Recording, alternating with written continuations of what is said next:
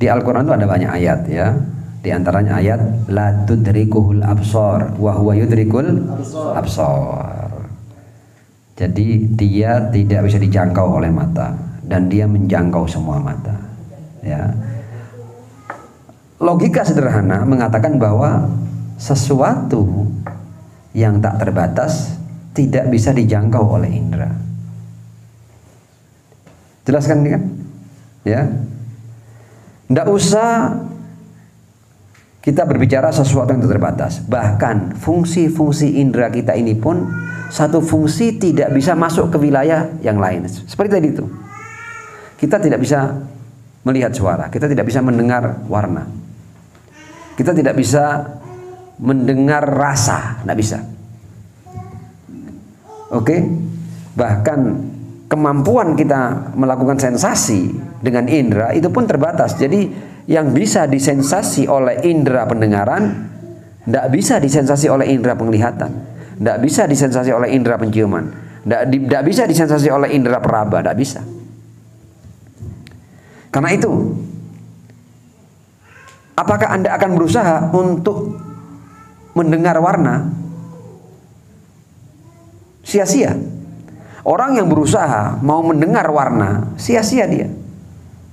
Mau dia tirakat seberapa lamanya, naik turun gunung, ya, datang ke berbagai macam samudera, dia tidak akan pernah menemukan ilmu untuk mendengar warna. Ya, nah, yang terbatas tidak bisa menjangkau yang tak terbatas. Jadi indera kita ini, karena dia hanya bisa melakukan sensasi terhadap hal-hal yang terbatas, maka jangan harap dia untuk bisa melakukan sensasi kepada hal yang tak terbatas. Wajibul wujud sudah kita buktikan, dia tidak bergantung pada apapun. Konsekuensi logisnya dia tidak terbatas. Ketika dia tidak terbatas, maka Anda jangan harap untuk menjangkaunya dengan indera. Ayat yang Anda sebut, wujuhu yawma idzin nadhirah ila rabbiha nadhirah, kata-kata nadhirah itu punya banyak makna dalam bahasa Arab. Ila rabbiha nadhirah itu dia menunggu. Intadhara yantadhiru ila rabbiha nadhirah ila rahmati rabbiha nadhirah, dia menanti rahmat Tuhannya. Sebab kalau di sini disebut kalau ini artinya melihat, maka ada dua ayat yang saling bertentangan. Di ayat yang jelas mengatakan la tudrikul absar wa yudrikul absar, masa di sini dikatakan melihat. Padahal di Al-Quran dikatakan walau kana min indi ghairillah lawajadu fihi ikhtilafan katsira. Di Al-Quran tidak ada hal yang sifatnya kontradiktif, tidak ada. Ya. Jadi sebenarnya ketika kita memahami apa itu wajibul wujud, maka kita tidak pernah berkhayal atau berencana atau berharap untuk bisa melakukan sensasi dengan indera. Dengan apa kita memahami Tuhan? Bukan dengan indera, memahami Tuhan dengan bihaqaiqil iman. Saya kasih sebuah cerita dari Imam Ali bin Abi Thalib alaihissalam. Ada orang bertanya, hal ra'aita rabbak hina abaddah? Ya Ali, apakah engkau melihat Tuhanmu ketika engkau menyembahnya? Yang Ali berkata, lam a'bud rabban lam ara. Aku tidak akan pernah mau menyembah Tuhan yang tidak aku lihat. Tapi ingat ya, aku melihatnya bukan dengan mata telanjang ini.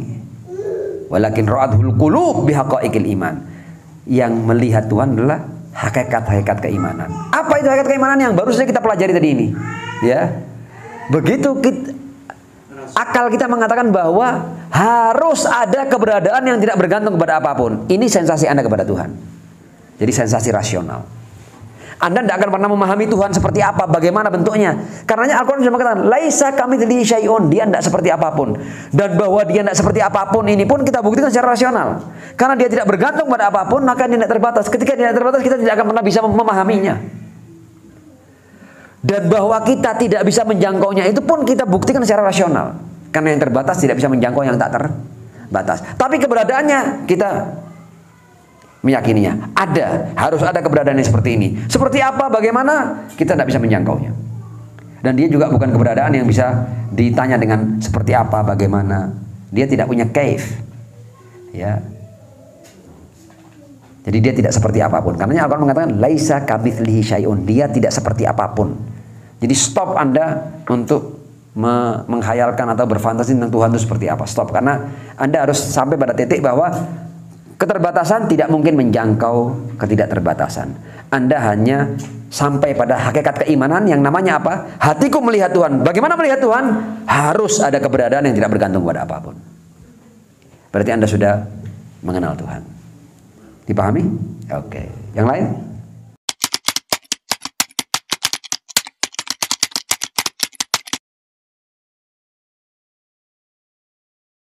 Sekarang, apakah Anda sudah selesai dengan dalil tadi itu? Bahwa harus ada keberadaan yang tidak bergantung pada apapun. Harus? Selesai? Anda yakin dengan dalil tadi itu? Oke. Berarti Anda telah sampai pada sebuah keyakinan bahwa harus ada keberadaan yang tidak bergantung pada apapun. Oke? Konsekuensi logis dari keberadaan yang tidak bergantung pada apapun, dia tidak selain tidak terbatas. Ya. Tidak terbatas. Sekarang saya mau tanya, apakah Anda bisa, Anda yang terbatas, menjangkau sesuatu yang tak terbatas? Saya kasih contoh. Anda bisa enggak dengan teknologi untuk memasukkan seluruh air laut ke cangkir itu tanpa membesarkan cangkir dan tanpa mengurangi volume air laut? Bisa? Ya. Kalau ada yang bertanya, kenapa kok enggak bisa? Bentar, biar dia jawab. Kenapa kok enggak bisa? Hah? Nah, sama. Ketika Anda mau bertanya Tuhan dari apa? Ya, Tuhan seperti apa? Ya. Pertama pertanyaan dari apa itu keliru. Dia tidak bergantung kepada apapun, maka dia tidak mungkin dari apa. Clear. Jadi ketika Anda mengatakan dari apa, Anda sedang berbicara tentang memungkinkan wujud. Tidak harus materi. Tidak harus materi. Ketika Anda mengatakan dari apa, berarti dia bergantung. Ya, nah ini penting. Ini walau pertanyaan dia ini semakin memperdalam keterangan. Ya, jadi Anda tanya dari apa? Anda berarti sudah bukan bicara wajib wujud, Anda bicara memungkinkan wujud. Dia tidak dari apapun, dia tidak bergantung pada apapun. Kalau dia dari sesuatu dia bergantung. Padahal tadi buktinya kan harus ada keberadaan yang tidak bergantung pada apapun. Karena kalau semuanya bergantung, konsekuensi logisnya tidak ada yang ada. Ternyata keberadaan ada atau tidak ada? Ada kan? Secara logika terbukti harus ada keberadaan yang tidak bergantung pada apapun. Clear?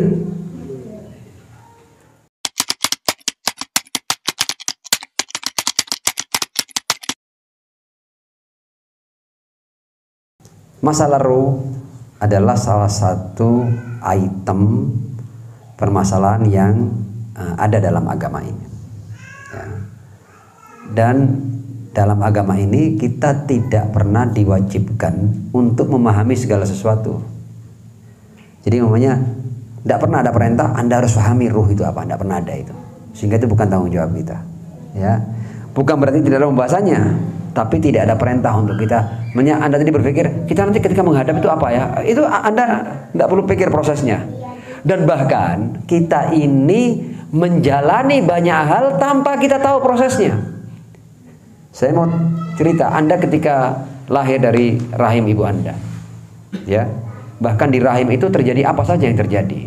Anda di rahim itu makan sesuatu dari rahim ibu Anda. Apakah Anda paham prosesnya seperti apa? Enggak. Tapi akhirnya terjadi enggak itu? Ada banyak hal yang terjadi yang kita enggak tahu apa itu. Contoh namanya, mata kita ini melihat. Anda tahu bagaimana proses mata melihat dari A sampai Z? Nggak tahu kita.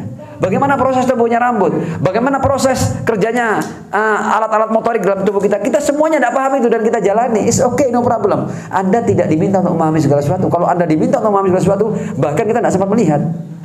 Karena orang bahas kornea mata ini dari mulai tabib pertama sampai tabib yang sekarang ini, kedokteran itu belum selesai bahas kornea mata.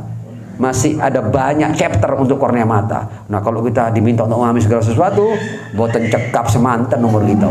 Oke? Ya. Jadi intinya, ya, ada hal-hal yang, tapi ini pertanyaan juga penting. Karena apa? Itu menyadarkan kepada kita bahwa tidak menjadi kewajiban kita untuk memahami segala sesuatu. Ya, Anda tidak diminta untuk meyakini bahwa nanti dalam kuburan seperti apa ya. Nanti prosesnya kayak apa? Enggak. Ada banyak hal, enggak usah yang di kuburan, yang di alam sekarang ini aja ada banyak hal yang kita tidak paham. Ya, matahari itu apa? Yang bisa kita lihat aja, hal-hal yang bisa kita sensasi aja, tidak semuanya selesai kita selesaikan. Ya, apalagi kita berbicara tentang hal-hal yang non material, apalagi yang belum kita jalani. Jadi untuk masa lalu cukup kita mendapatkan gambaran umum dari sumber-sumber yang merupakan wakil-wakil Tuhan, para nabi, para rasul, para imam.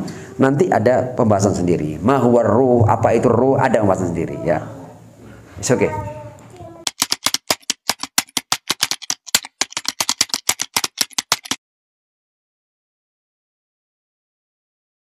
Iya, jadi kita intinya begini, bahwa melihat sesuatu itu kan saya mengatakan jadi tidak setiap hal itu bisa kita sensasi dengan indera.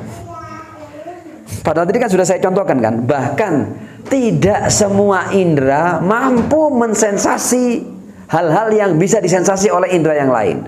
Contohnya, hal-hal yang dilihat tidak bisa dijangkau oleh kekuatan pendengaran. Hal-hal yang diraba tidak bisa dijangkau oleh penglihatan, tidak bisa. Ya, jadi kita baru di alam materi ini saja ternyata ada bagian-bagian yang tidak mampu menjangkaunya. Nah, Tuhan itu kita memahaminya, melihatnya dengan hakikat keimanan. Seperti apa hakikat keimanan? Seperti tadi itu. Ketika Anda sampai bahwa harus ada keberadaan yang tidak bergantung pada apapun, itu bagian daripada hakikat keimanan. Jadi Anda melihatnya dengan keimanan, ya, dengan mata batin, dengan mata keyakinan.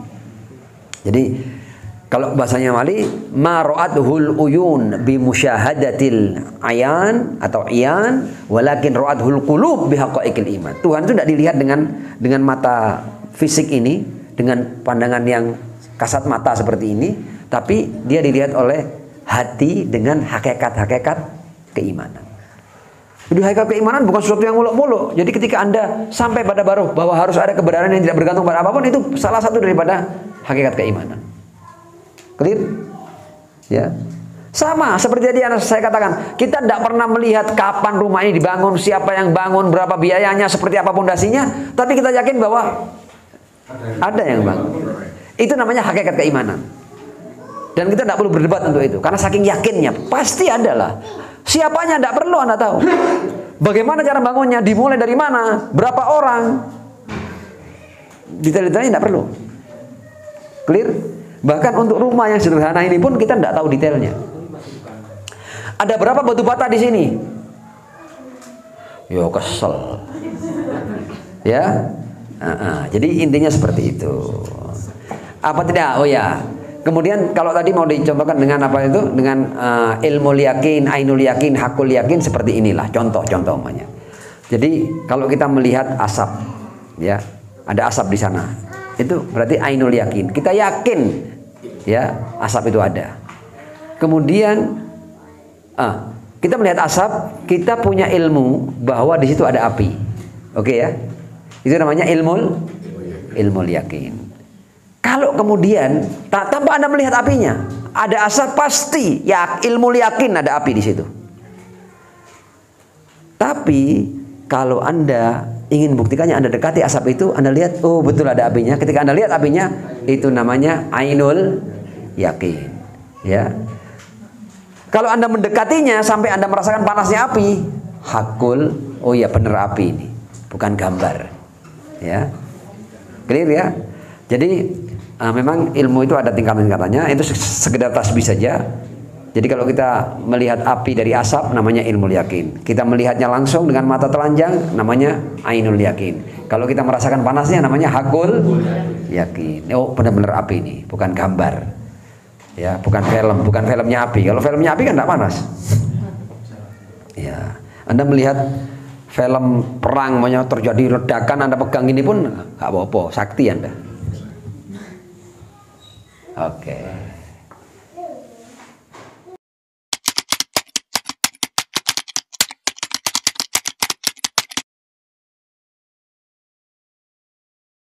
Intinya ada banyak hal yang terjadi dan kita tidak punya pilihan.